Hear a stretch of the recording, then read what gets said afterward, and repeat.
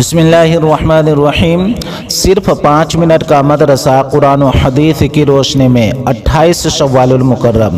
Number 1، اسلامی تاریخ۔ رسول اللہ صلی اللہ علیہ وسلم کے بیٹے۔ رسول اللہ صلی اللہ علیہ وسلم کے 2 فرزند حضرت خدیجہ رضی اللہ تعالی عنہا سے مکہ میں پیدا ہوئے۔ بڑے حضرت قاسم رضی اللہ تعالی عنہ ہیں، جن کی وجہ سے آپ صلی اللہ علیہ وسلم کی کنیت ابو القاسم ہے۔ دوسرے حضرت عبداللہ ہیں، جن کو طیب اور طاہر بھی کہا جاتا ہے۔ ان کی پیدائش نبوت کے بعد ہوئی تھی۔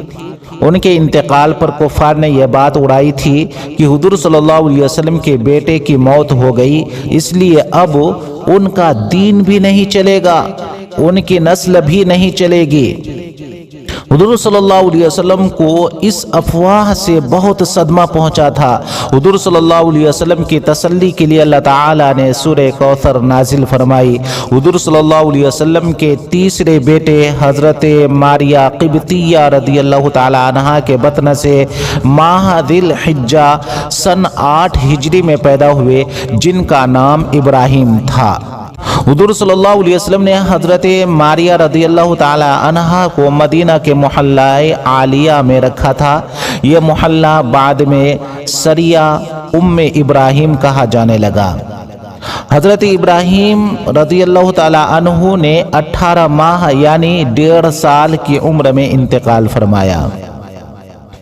نمبر 2، حضور صلی اللہ علیہ وسلم کا معجزہ، آپ صلی اللہ علیہ وسلم کی دعا سے بارش کا ہونا۔ آپ صلی اللہ علیہ وسلم اور صحابہ رضی اللہ عنہم سفر میں جا رہے تھے اور پانی بالکل ختم ہو گیا، تو صحابہ رضی اللہ عنہم نے آپ صلی اللہ علیہ وسلم کے سامنے اس کی شکایت کی۔ حضور صلی اللہ علیہ وسلم نے اللہ تعالیٰ سے دعا فرمائی۔ اللہ تعالیٰ نے اسی وقت ایک بادل بھیجا، وہ اتنا برسا کہ سب لوگ سیراب ہو گئے اور اپنی اپنی ضرورت کے بقدر پانی جمع کر کے ساتھ لے لیا۔ بہقی فی دلائل النبوہ۔ نمبر 3، ایک فرد کے بارے میں نمازوں کو صحیح پڑھنے پر معافی کا وعدہ۔ رسول اللہ صلی اللہ علیہ وسلم نے فرمایا، 5 نمازیں اللہ تعالی نے فرض کی ہیں، جس نے ان کے لیے اچھی طرح وضو کیا اور ٹھیک وقت پر ان کو پڑھا اور رکوع و سجدہ جیسے کرنا چاہیے ویسے ہی کیا، تو ایسے شخص کے لیے اللہ تعالیٰ کا وعدہ ہے کہ وہ اس کو بخش دے گا، اور جس نے ایسا نہیں کیا تو اس کے لیے اللہ تعالیٰ کا کوئی وعدہ نہیں، چاہے گا تو اس کو بخش دے گا اور چاہے گا تو سزا دے گا۔ ابو داؤد۔ نمبر 4، ایک سنت کے بارے میں صبح و شام پڑھنے کی دعا۔ رسول اللہ صلی اللہ علیہ وسلم نے فرمایا، جو شخص اس دعا کو صبح و شام پڑھے گا تو اللہ تعالیٰ اس کو خوش کر دے گا۔ رضینا باللہ ربا وبالاسلام دینا وبمحمد رسولا۔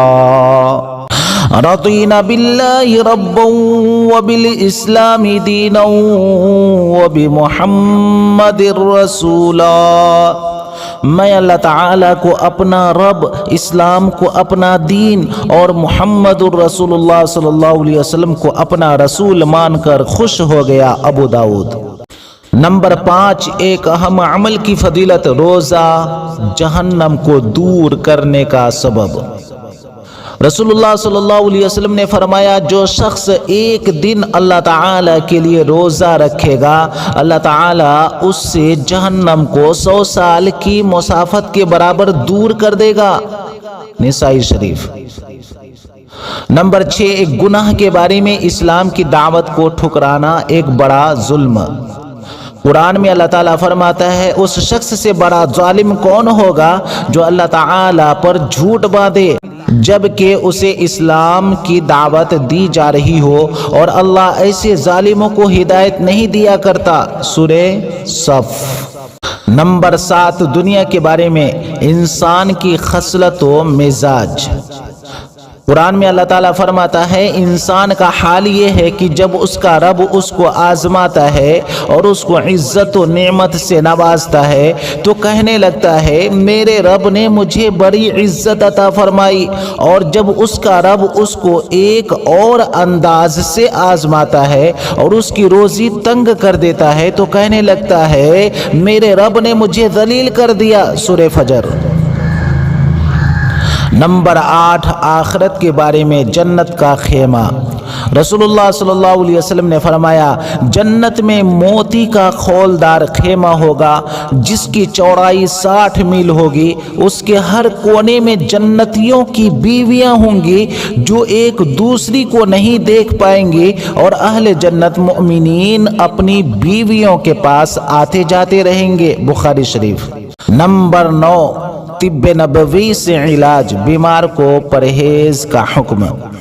ایک مرتبہ ام منذر رضی اللہ تعالی عنہا کے گھر پر رسول اللہ صلی اللہ علیہ وسلم کے ساتھ حضرت علی رضی اللہ تعالی عنہ کھجور کھا رہے تھے، تو آپ صلی اللہ علیہ وسلم نے فرمایا اے علی بس کرو کیونکہ تم ابھی کمزور ہو۔ ابو داؤد۔ بیماری کی وجہ سے چونکہ سارے ہی اعضاء کمزور ہو جاتے ہیں جن میں معدہ بھی ہے، اسی لیے ایسے موقع پر کھانے پینے میں احتیاط کرنا چاہیے اور معدہ میں ہلکی اور کم غذا پہنچنی چاہیے تاکہ صحیح طریقے سے ہضم ہو سکے۔ نمبر 10، نبی پاک صلی اللہ علیہ وسلم کی نصیحت۔ رسول اللہ صلی اللہ علیہ وسلم نے فرمایا تم پہلی صف کو پورا کرو، پھر اس صف کو جو اس سے ملی ہوئی ہو، اور اگر کچھ کمی ہو تو آخری صف میں ہونی چاہیے، یعنی اگلی صفیں مکمل طور پر پر ہونی چاہیے۔ نسائی شریف۔